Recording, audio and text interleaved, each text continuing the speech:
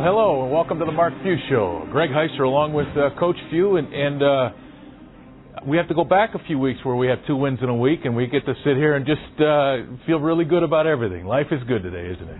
Yeah, it's always better when you come out on top. A lot of guts, a lot of courage, a lot of character was shown. We weathered quite a bit of adversity yesterday to get through that one, and it was nice to see our guys finally get rewarded. We've been playing hard,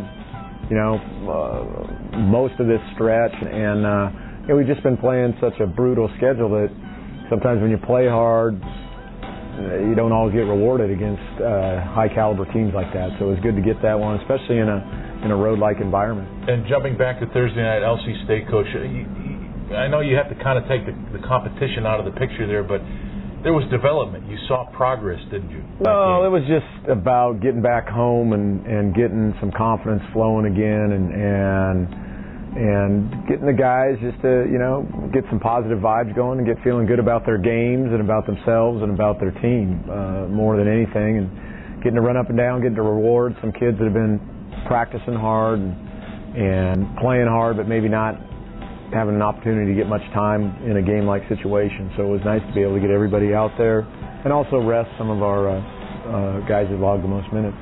And then jumping to Saturday against Baylor, and if every fan out there would be honest for a moment, the minute that Stephen Gray got hurt and it looked like he wasn't going to be able to come back, there wasn't a person out there who thought Gonzaga was going to win that game. Where were you at, and what is your mind frame when you lose your best player?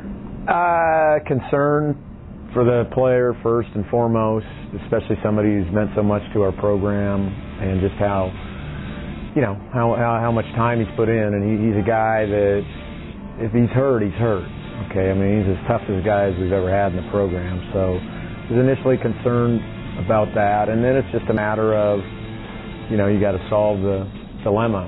So we were moving guys around and putting guys in different positions, and it was really exacerbated by the fact we were in horrific foul trouble. We had guys with 4 early. I think we had 3 guys with 4 and another with 3, probably with 10 minutes to go in that game. So sliding those guys around and still trying to deal with Baylor's press and their extended 1-1-3 and guys that could function against that as well as play defense against a very, very big lineup. Whenever we'd put one of our little guards in, they'd try to post them up. So it was more like a chess game. That's kind of slip into that mode.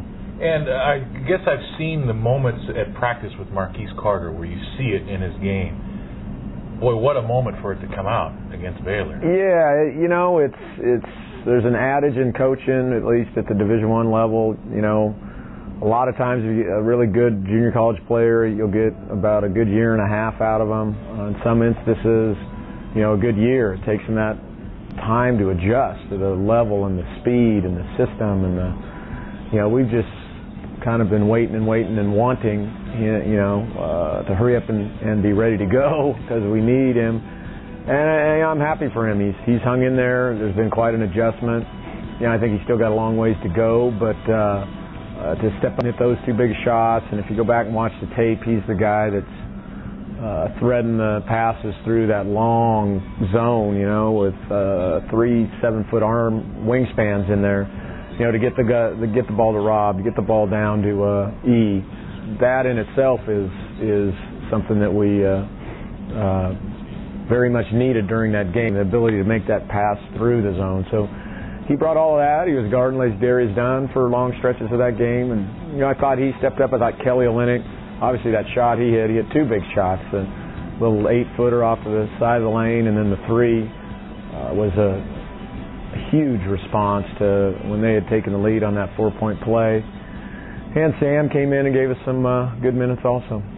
An update on Stephen, day-to-day thing now? Yeah, it's just day-to-day. Anybody's ever had those back spasms, they just came out of nowhere. He's never really had them before. And trying to pinpoint where or when or why, we just need to get some treatment on it and see how he responds. And hopefully, with the great group of docs we have here, we can get it alleviated. Kelly Pearson's on it, so can't be anybody better than her to figure it out. Right. It's the Mark Few Show. We'll take a time out. When we come back, it's the Coeur d'Alene Casino Fan Question of the Week, plus this. Gonzaga fans are dancing to a new tune. But first, our Rada Paint Finish of the Week. Harris fires the three. That's off. Zachary runs down the rebound, throws a wild pass, and the flush by Harris. I think that was a save by Zachary. Rada, fresh local paint made in the Northwest for our Northwest environment, because just like in hoops, it's the finish that counts.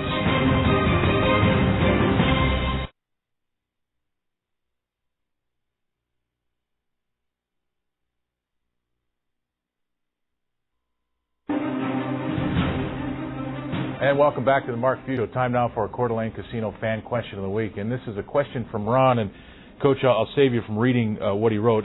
The question is, end of the game, up by 3, opponents got the ball. Do you follow them to put them at the line, or do you let them play it out? Yeah, that's a great question that's raged on in college basketball for quite a while. It cracks me up that people think there's a definitive answer to it. Ron, I believe your name is, against Marquette. We were up 3. We talked about fouling. If we had a good opportunity to foul below 5 seconds, once the ball got to half court, once it got over half court, we didn't feel we were in position to foul. We didn't want to foul somebody in the act of shooting, which is something that you must factor in. You play against a really smart guy. He knows you're going to foul. He'll try to, and I've seen refs call it where they're attempting a shot from 40 feet. So actually in that game we were going to foul, and then we had kind of an uncontrolled driver going, and by then I think it was under the time, and there was an inbounds play that we didn't feel we could foul on an inbounds play because we thought the guy was going to catch and start his shooting motion. So we just switched everything out.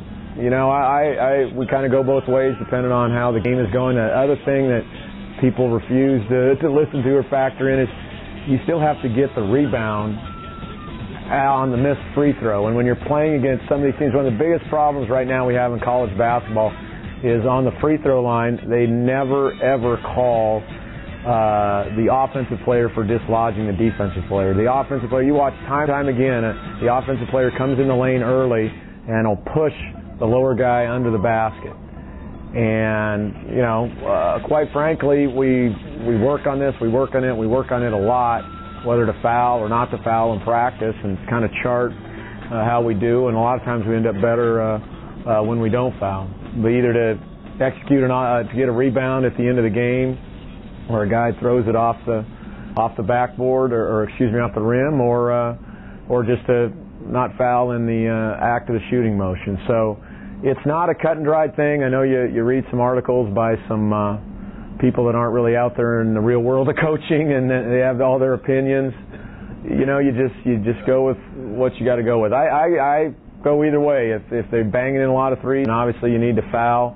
Marquette was not. In fact, they were struggling mightily from the 3 line, and again, we had intended to foul that game. We just didn't get a good opportunity to foul where we felt the guy wouldn't be in a shooting motion. The ones you always hear about is when, Coach Calipari and Memphis didn't foul against Kansas in the championship game, and they intended to foul. I mean, that's the other thing. Sometimes you instruct your guys to foul, just like running some of your sets, and it doesn't happen.